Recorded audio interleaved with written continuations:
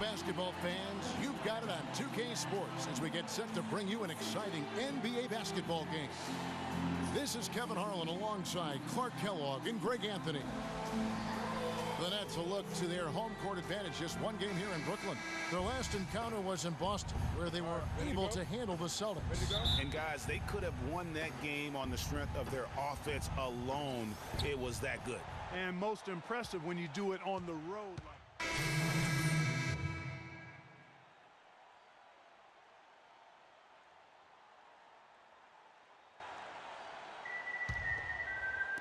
Just under 3.5 minutes gone here in the first quarter. The dish to Crowder. He kicks to Olynyk. And the pass to Crowder. And a wide open look for Freak. Offensive rebound. And the basket by Johnson. They've been beating them to a lot of those loose balls and rebounds here to start. Yeah, the half and half balls are going their way, and that's really a function of effort and intensity. You know, the ball doesn't discriminate. Whoever goes and gets it, that's who owns it. Here's Ellington. No good. The shot's there for him, and he's got to take it. I don't care if he doesn't convert. That's a shot he has to continue to take. They set the pick. Crowder, the pass to Freak. And no good. Had a chance to take the lead. The Nets with the lead. And not many people expected anyone from the Atlantic to do much last season. Boston was the surprise of the division as they ended up making the playoffs. The shot's good from Ellington. A lot of space right there to get that shot off.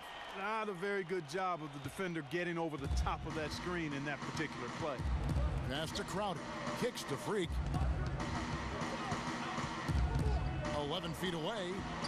Here's Olynyk. And you can count it. He'll go to the line with a chance to make it 3. Where's the box out? Some easy second chance opportunities there. Those kinds of mistakes drive me crazy and will absolutely derail a team's chance to win.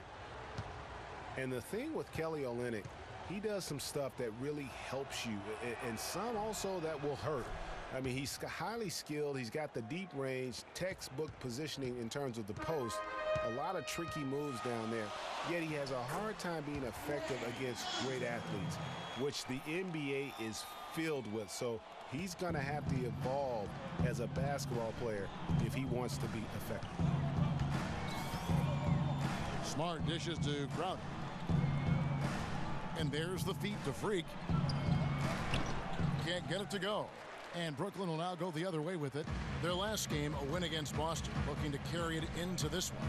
And believe it or not, it wasn't the stars that led the charge for them in that win. It was about the role players. I mean, the guys who they don't usually count on for the lion's share of their points came through. Guys, simply a complete team performance, and road wins where everybody contributes really can galvanize a team and bring it together. That one misses for Robinson. Going back to Kelly Olynyk, as a coach, you have to identify the matchups where he can be effective, because Clark is against explosive, long-limbed guys. They'll take advantage of him. Yeah, they will, but in the right matchup, he's effective. He can help. He makes 35% of his threes, has done that for the last 2 years, and I think he gives you some toughness and rebounding as well. I like him as a second-unit player. And Sloan kicks to Bargnani. With 1 on the clock. And we reached the end of the first quarter. And Celtics head coach Brad Stevens lured away from a very successful tenure with the Butler Bulldogs. He talked about the challenge. The only hard part of that decision is leaving a place that you really loved for 13 years. I couldn't have left without knowing that it was a place that we were going to stay together and really commit to a process together. And I was sold on that, and I continue to be sold on it. I wonder if Coach Brad Stevens feels like he's recruiting another college class with all those draft picks locked in his stockpile. Well, I don't know how he would address that question, but I do know he's feeling real good about his decision. I mean, taking the Celtics to the playoffs. Brooklyn making some changes. Bargnani is checked in for Lopez. Robinson comes in for Young. And Ellington is subbed in for Donald Sloan. On the court for the Celtics, Freak in at shooting guard. Amir Johnson is out there with Jay Crowder. Then there's Smart, and it's Zeller in at the 5. And Jack kicks to Robinson. The second effort, he takes it up and lays it in. Robinson's got his second basket of the game. On a lot of their possessions this first half, they've established great position inside. Yeah, just getting the ball into the post has to be option number one for them right now. My, he is so adept at finishing in the low post. Nets leading by 3. Now here is Jack. He had a 21-point outing in their last game against Boston. You know, and in watching that game, he did a really nice job of passing the basketball, scoring and setting up his teammates. Just 4 to shoot. And so he draws the foul on the shot, a trip to the line to shoot 2. And guys, looking at Jarrett Jack, one word comes to mind: professional. I mean, he's as solid as they come. Tough, capable, experienced, and he proved it all again last season. Talking about Jarrett Jack, he is especially dangerous at the end of the game. Not only does he make great decisions, Clark, he was... And so we wrap up the first half. Nets out in front. Kevin, we have...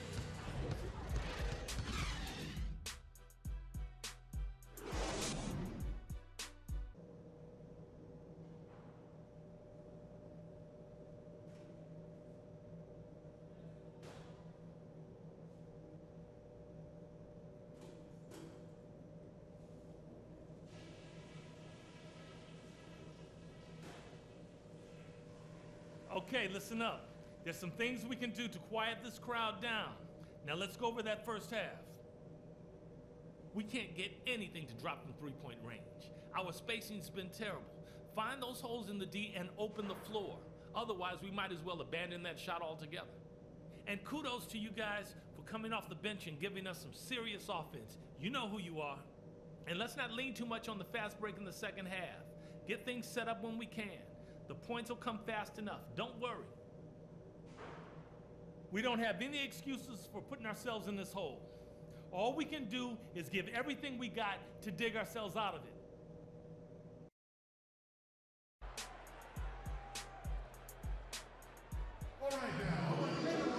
All right, the second half beginning in just a moment. One guy who's getting it done is Thaddeus Young. And the approach of that first half was an aggressive one. Take it to the teeth of the defense, put them on the heels, and you're either going to score or get to the line. And mostly he's been getting to the line, guys. They are in complete control. This is the ultimate definition of the zone. Everything they've done has worked. And for Boston, Freak, he's in at shooting guard. Kelly Olynyk is out there with David Lee. Then there's Smart, and it's Jerebko in at the 3 slot. Smart passes to Freak. And it's wide right. Hits off the rim. And honestly, not real happy with the shot selection on that one. Yeah, clearly a brain fade there. He's got to be a little smarter in his choice making.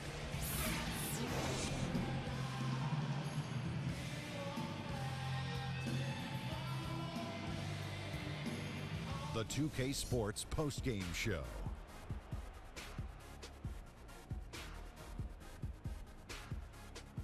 And Ernie Johnson here again with Shaquille O'Neal and Kenny Smith. Let's take a look at our Jordan player of the game. He found his rhythm in the second half, and there was no stopping him then. He was locked and loaded. Anytime you deliver that sort of production we saw from him tonight, you're going to put your team in position to win. He gave them points in bunches, and when they needed them. It's not always about how much you get, but when you get those points up on the board. Just a sensational performance on a lot of levels. And that'll do it for our broadcast tonight. Hope you enjoyed the show. For me and Kenny Smith, Shaquille O'Neal, and Kevin Harlan,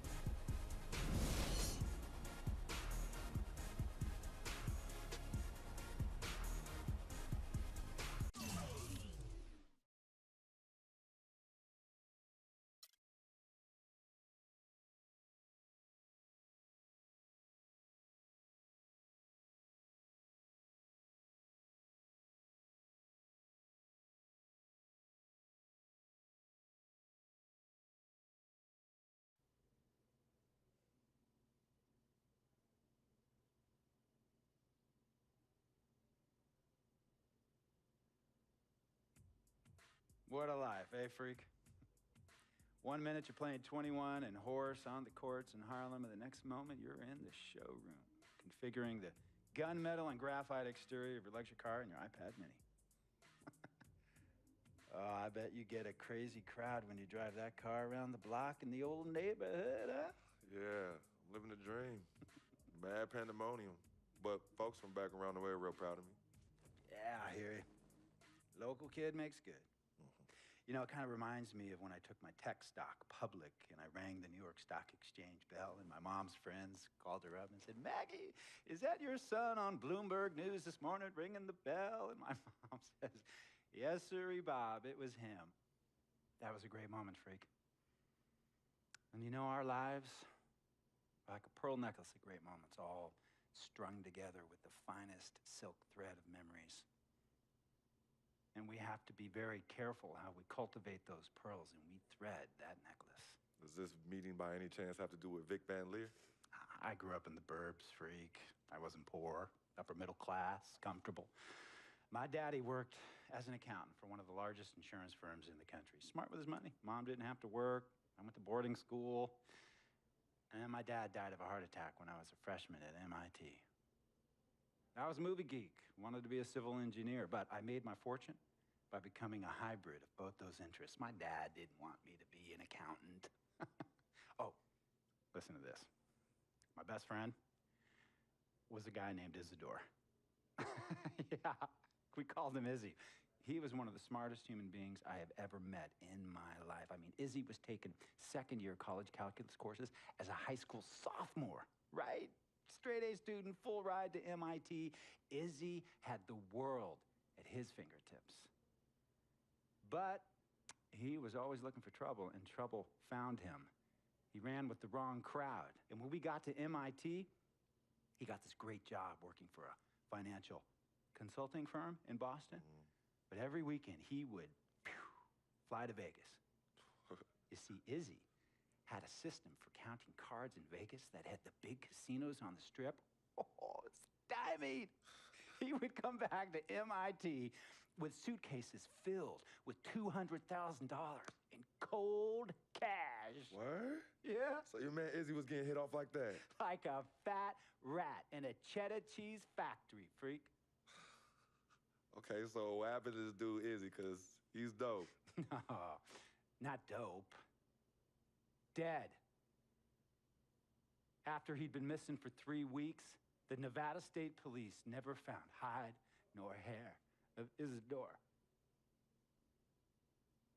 And our friendship took a hit when he asked me to hang out with him in Vegas, and I said I wouldn't do it because I knew he was on a dark and twisted path in his life. And yes, he was my dude. But no way was I gonna throw my life away trying to show my loyalty to a guy who really and truly didn't understand what loyalty was all about. So this meeting is about Vic. Correctamente. Okay, well, sir, Vic isn't Izzy. And why's that, freak? Well, for one thing, you and your dead friend Izzy didn't grow up poor. Me and Vic grew up in a neighborhood where we had to look over our shoulder every 2 seconds to make sure nobody was going to walk up on us and rob us. True. Izzy and I did not grow up in the hood. But we, like you, thankfully grew up in a 2-parent household. But even that wasn't enough for Izzy. He wasn't satisfied. He was always looking for a 5-alarm fire when he already had the warmth and comfort of a loving family. This is not about class warfare, freak. This is about the consequences of making bad choices and risking it all when you feel like you have nothing to lose. Vic is like a brother to me, sir. But you shouldn't be Brother Vic's keeper, freak. Would a brother go looking for trouble and put your career and your livelihood at risk by getting into fights at nightclubs and seedy after-hour joints and then scream to the media, "Yeah, it's all good, I'm an FOF, friendo freak. It's all misunderstanding. Y'all be haters, don't hate my game." I don't think a brother would do that to someone they really cared about, but a guy who looked at you like a meal ticket would. No. See, you don't understand Vic. Really? I don't understand. No.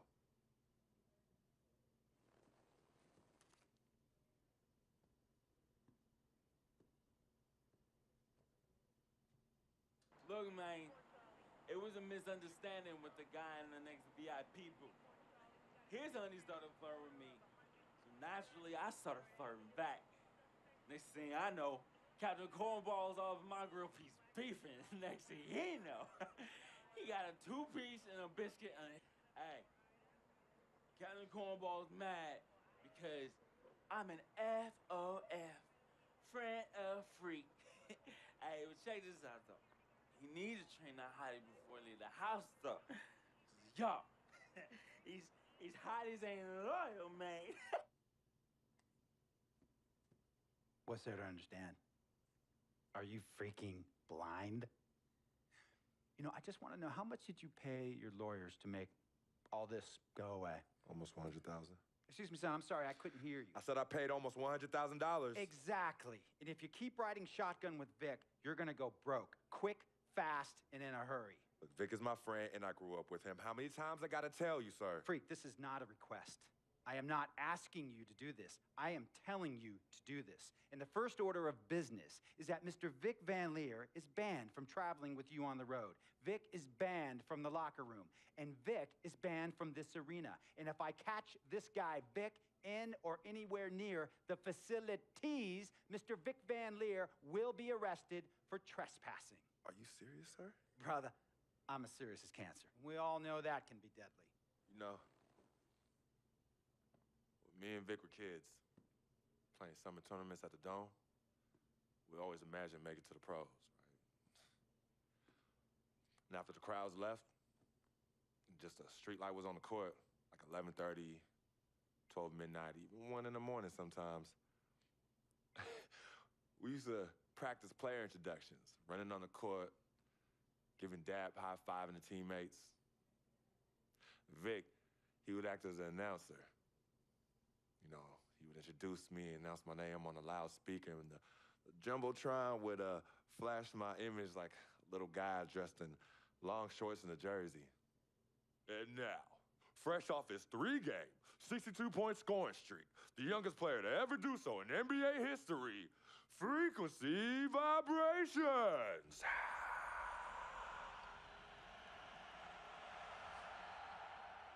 So me and Vic would sit in those empty bleachers at the Dome and dream like nobody's business. And now I'm living a dream. For real. And in so many ways, Vic was part of that. Please, listen to me. I mean, I know this guy's your dude from way back.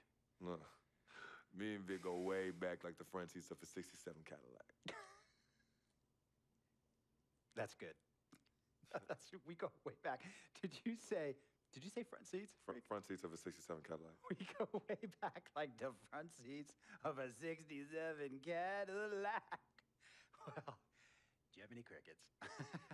I'm going to be the hit once again at Herbie Allen's Sun Valley Shindig because my fellow billionaires love it when I walk and talk that talk. So that almost sounds... No, let me tell you exactly what it sounds like.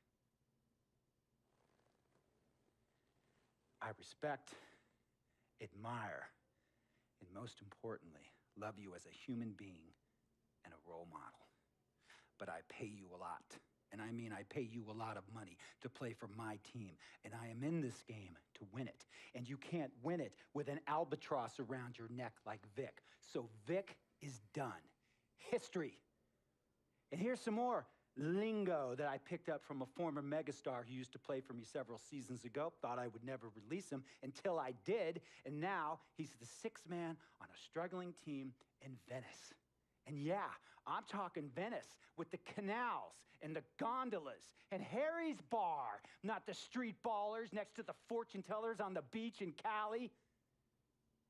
This guy used to tell me when he thought there was a player destroying our team, don't be a hero, cut that zero. And that is what I am telling you about Vic, freak. Don't be a hero, cut that zero. The only thing Vic brings into your life is headache and unwanted and unnecessary negative attention. And it will begin to affect your mindset. And when it affects your mindset, it's going to affect your play. And when it affects your play, it's going to affect my team. And when it affects my team, it's going to affect my money. And if it affects my money, Google Translate will become your new freaking friend. I want a championship ring, freak, and I want you to help me get that ring.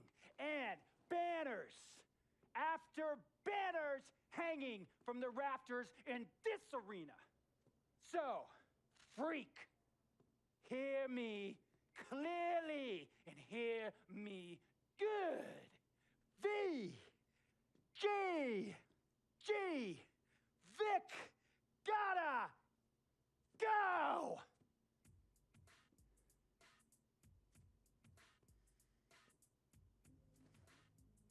Handle your business. And remember, that contract you signed contains a morality clause, a very important clause that revolves around your conduct on and off the court, and how it can negatively impact my team. Now, I don't want you to have to learn Italian or Croatian as a second language. And hey, playing pro ball overseas, there's nothing wrong with that. But the arenas are nothing like this, nor will the money be the same. And on top of all of that, this is the U.S. of A., the greatest freaking country in the world. Ask yourself, is Vic worth all that?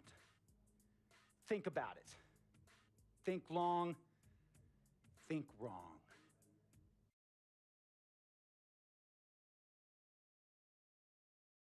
Tell you about Vic. He has his bad rap.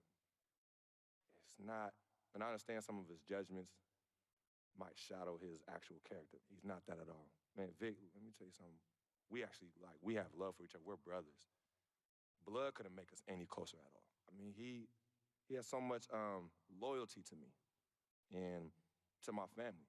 You can see even Cece, has issues with him, but he still loves